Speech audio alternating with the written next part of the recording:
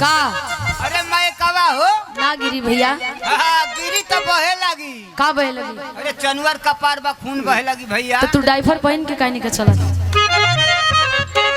हाँ चनवर का पार के तोर ठेका कोई थोड़े ले बा। लग जाता भैया।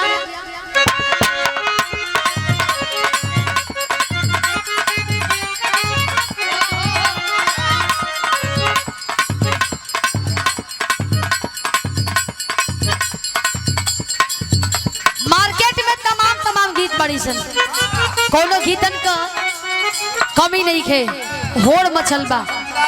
लेकिन कुछ गीत ऐसा बा कि जकरा के लोग सुन ना सकेला, कुछ गीत ऐसा बा कि जकरा के सब कोई बैठ के पूरा परिवार के लोग सुन सकेला। तनी आवत बिया का बजावत रहा।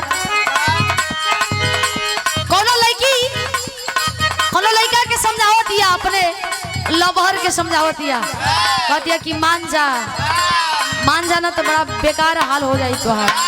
गोधन का कुटकुटा देगा। का कहलस? हारमोनियम बढ़ावत हो सब। कहे लईकी कि दुआरा पर शासन जब से आइल बा,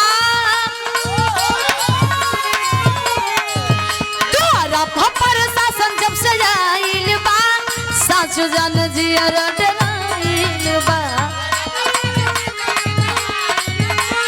सासु जान जियर डराइल बा।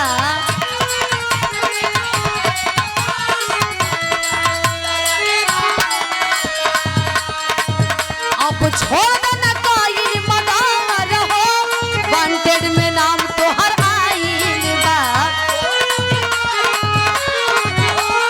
वांटेड में नाम तो हर आइल बा।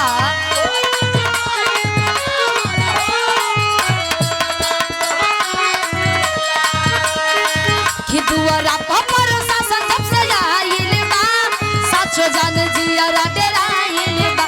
अब छोड़ देना कोई मदार हो, वांटेड में नाम तो हर आइल बा। लइका समझाओ तारे पगली कि जेले लागे ससुरार, केस कागज के पाना हो, मारब खोपड़ी में गोली, हमर पाका निशाना हो।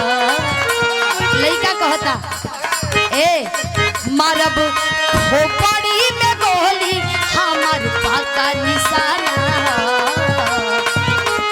ए कर मजनुआ रंगदार के,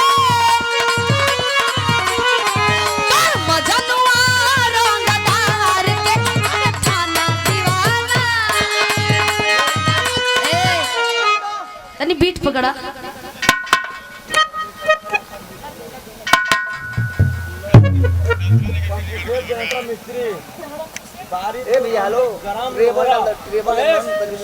महेश विश्वकर्मा। 1 मिनट भैया, पूरा लंबा नाम बता के जाते हो, तनी फिर से बता दा।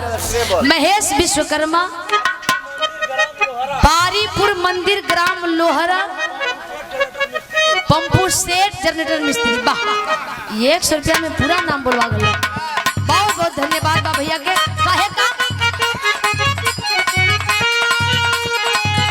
दुआरा पर शासन जब से आइल बा, साचो जान जियरा डराइल बा।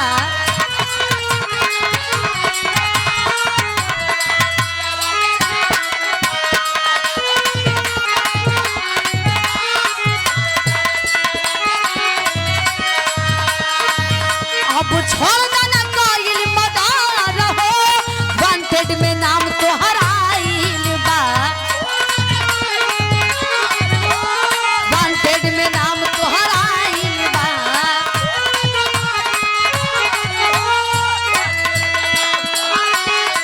लइका कहे मारब खोपड़ी में गोली, हमर पाका निशाना हो, मारब खोपड़ी में गोली, हमर पाका निशाना हो। ए कर मजनुआ रंगदार के, कर मजनुआ रंगदार के, थाना दीवाना।